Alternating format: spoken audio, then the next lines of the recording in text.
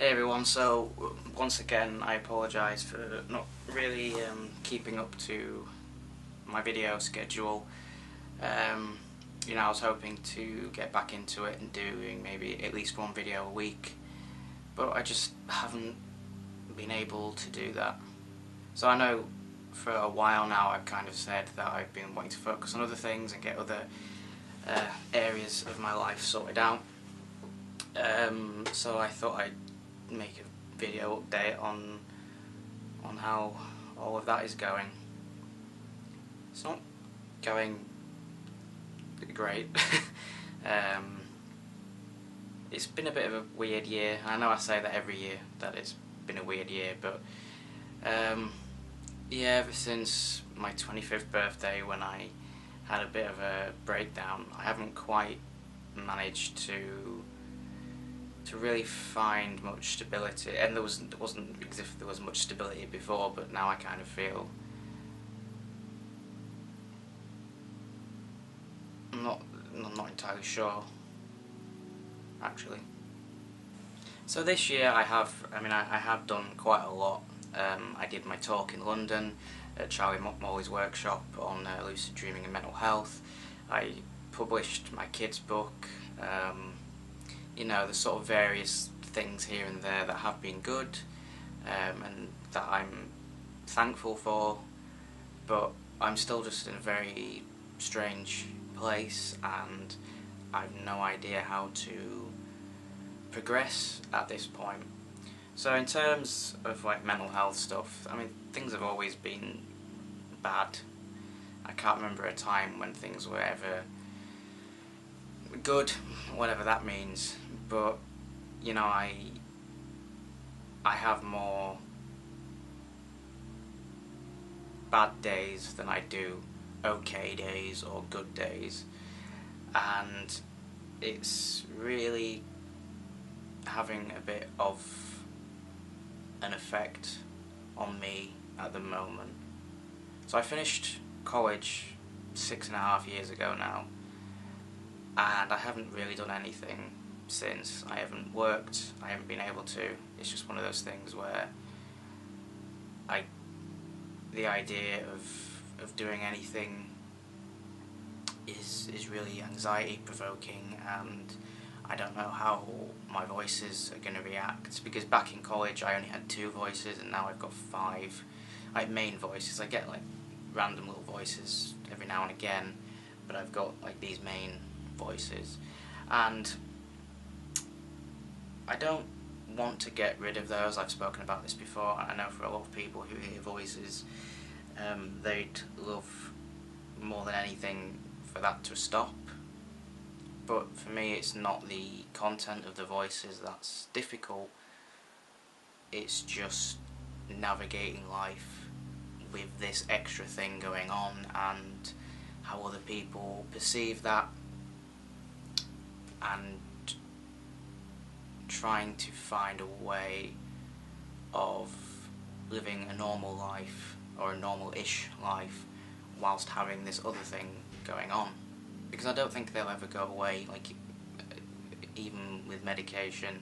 When I was on antipsychotics, they didn't go away. It made the other kind of little voices and things disappear, but it didn't do anything to those guys. And again, I wouldn't want that, because I kind of recognise that my voice is a part of me.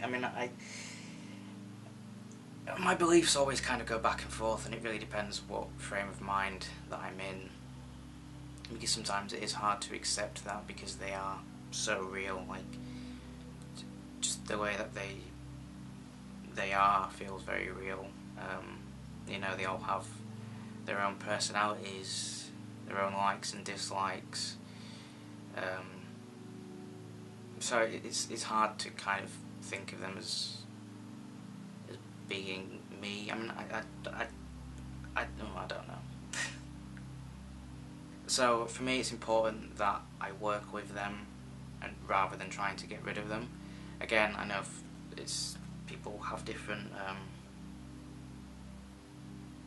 ways of viewing their voices and their experiences, but for me it's definitely something I feel like I need to work with them rather than against them. As well as that, I've had quite a lot of physical ailments this year, which have been causing me a bit of trouble. So every now and again I struggle to eat. I end up in extreme pain. I wasn't sure if I had a stomach ulcer. I had various tests and things done. But I was put on lansoprazole, which kind of seems to help. So I did notice that it's more like in times of high stress or high panic that I get this incredible pain and I can't eat, and the lansoprazole kind of helps with that. Also as well, I get a lot of like numbness and like paralysis in bits of my body, which is fun. Usually happens with migraines. I have hemiplegic migraines. Thankfully don't get them that often, but when I do, it's usually my left side. It just decides it doesn't want to work anymore. But yeah, even when I'm not having a migraine, I get like this really intense pressure behind my eyes, and I start to get numb patches all over my face and usually down my arm. Doesn't always go into like complete paralysis, because there are times when I cannot feel anything and I can't move it. It's just, you know, but that doesn't happen too often. But you know, I was kind of worried that that might be something serious. Again, I always kind of figured that whenever these things kind of happen, it must be related to mental health and dissociation and that stuff, but then I figured maybe it was best to double check and make sure it wasn't anything more sinister.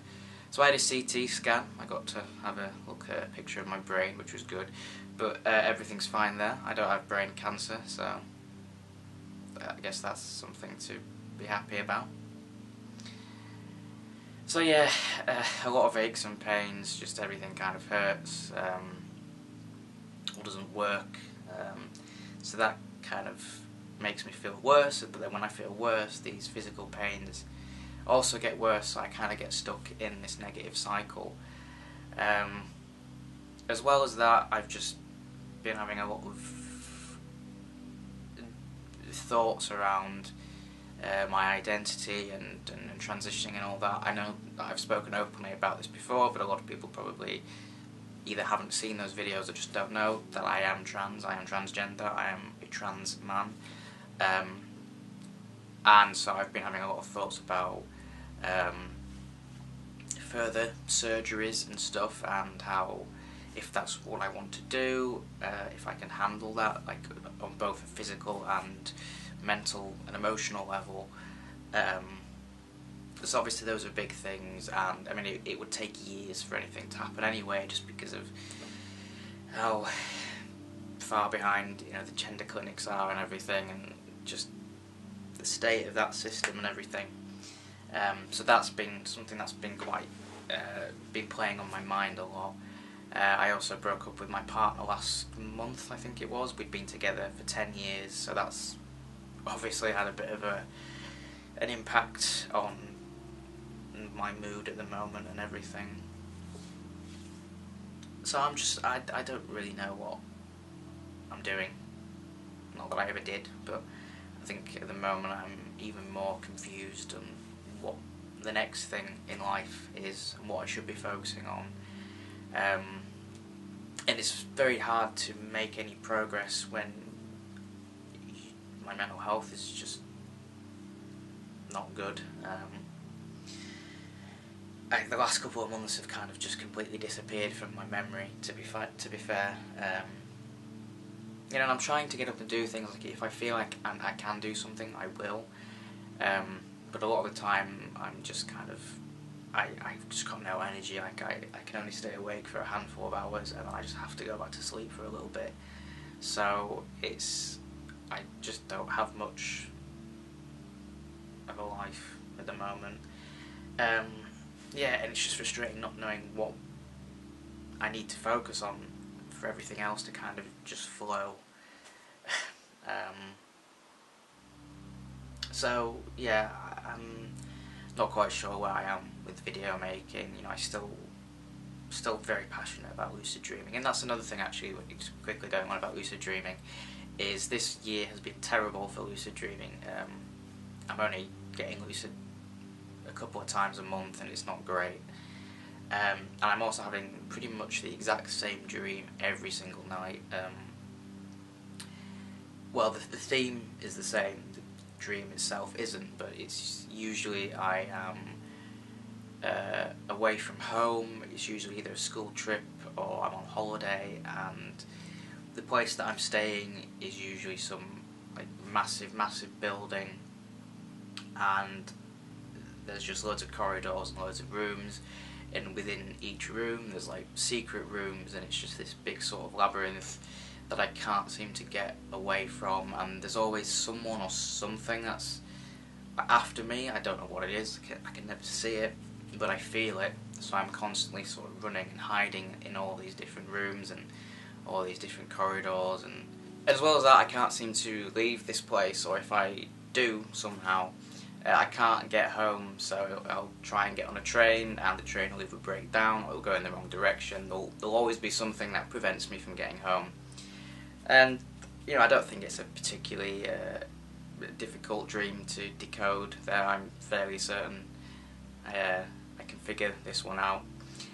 And also as well, if I get lucid in this dream, I can't do anything, I can't ask any questions, I can't confront anything. It's like I'm aware that I'm dreaming, but I can't do anything, I can't change the narrative, I can't confront anything. It's like I just have to let it happen. So it's made dreaming a bit depressing for me, and made it hard to really focus on lucid dreaming stuff, because I'm just stuck in this pretty much the same dream every night. I can't change anything about it, so I'm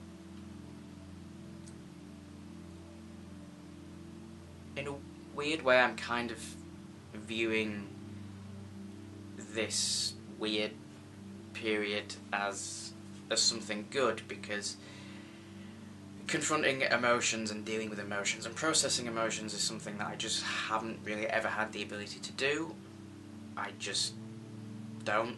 I think as a kid I felt things very deeply and very intensely, and I realised that other people didn't.